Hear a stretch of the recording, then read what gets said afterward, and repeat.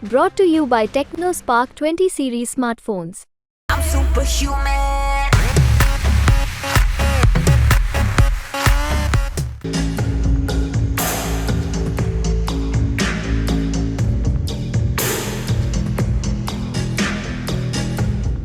संयुक्त राष्ट्र में भारत ने चीन को अब पूरी तरीके से एक्सपोज कर दिया है।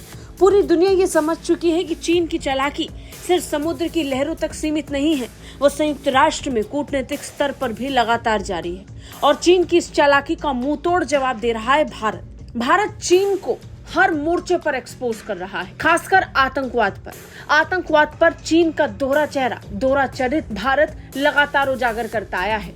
चीन कैसे संयुक्त राष्ट्र का दुरुपयोग कर बार बार आतंकवादियों को बचा रहा है, संयुक्त राष्ट्र में से लेकर भारत ने फिर एक बार खुलकर बोला और इस बार जो बोला वो चीन को जहर की तरह काटने वाला है।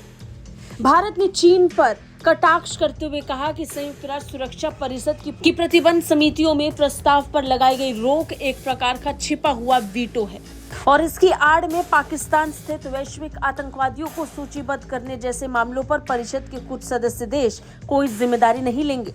संयुक्त राष्ट्र में भारत की स्थायी प्रतिनिधि और राजदूत रुचिरा कंबोज ने ये बड़ी बात कही। रुचिरा कंबोज ने अपने बयान में कहा कि किसी भी संस्थान के काम करने के तरीकों को उसके सामने आने वाली चुनौतियों का जवाब देना चाहिए। बढ़ती हुई चुनौतियों का मुकाबला करने में संयुक्त राष्ट्र सुरक्षा परिषद का रिकॉर्ड काफी निराशाजनक रहा है। कंबोज ने संयुक्त राष्ट्र सुरक्षा महासभा में वीटो पहल को लेकर चीन को एक्सपोज किया। रुचिरा कंबोज ने संयुक्त राष्ट्र की वीटो की ताकत को लेकर जबरदस्त तरीके से एक्सपोज किया है। भारत ने कहा कि सुरक्षा परिषद ने वीटो को छिपाने के लिए अपने कामकाज के तरीके का उपयोग किया है। उसने इस काम को अपनी समितियों के माध्यम से छिपाने की कोशिश की है, जो उसकी तरफ से काम तो करती है लेकिन उसकी जवाबदेही बहुत कम है। रुचिरा कंबोज ने अपने बयान में कहा कि हमसे जो लोग मंजूरी समितियों की कार्यप्रणाली और रोक और अवरोध लगाने की इसकी परंपरा से परिचित हैं, वो जानते हैं कि ये उन मामलों पर एक प्रकार की छिपी हुई वीटो शक्ति है जिन पर कुछ परिषद सदस्य कोई जिम्मेदारी नहीं लेंगे और उन्हें अपने निर्णयों की व्याख्या करने की आवश्यकता नहीं होती। रुचिरा कंबोज ने बहुत क्लैरिटी के साथ इस बात को संयुक्त राष्ट्र में रखा कि वीटो की ताकत एक ऐसी ताकत है जिसका इस्तेमाल आप कभी भी किसी भी वक्त कर देते हैं, किसी भी मामले और प्रस्ताव पर कर देते हैं और आपसे उसे लेकर कोई सवाल तक नहीं पूछता, क्योंकि वीटो की ताकत के बाद आपकी कोई जवाबदेही बनती ही नहीं।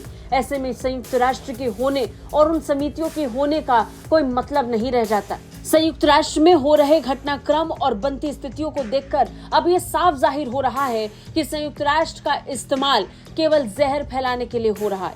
स्थायी सदस्यों के नाम पर जिस तरीके से कुछ देश अपनी वीटो की ताकत का इस्तेमाल कर बाकी देशों को प्रोत्साहित कर रहे हैं, उससे कहीं ना कहीं असर संयुक्त राष्ट्र की छवि और पहचान पर पड़ रहा है। आपको क्या लगता है? कमेंट करके जरूर बताएं। ब्यूरो रिपोर्ट, भारत तक।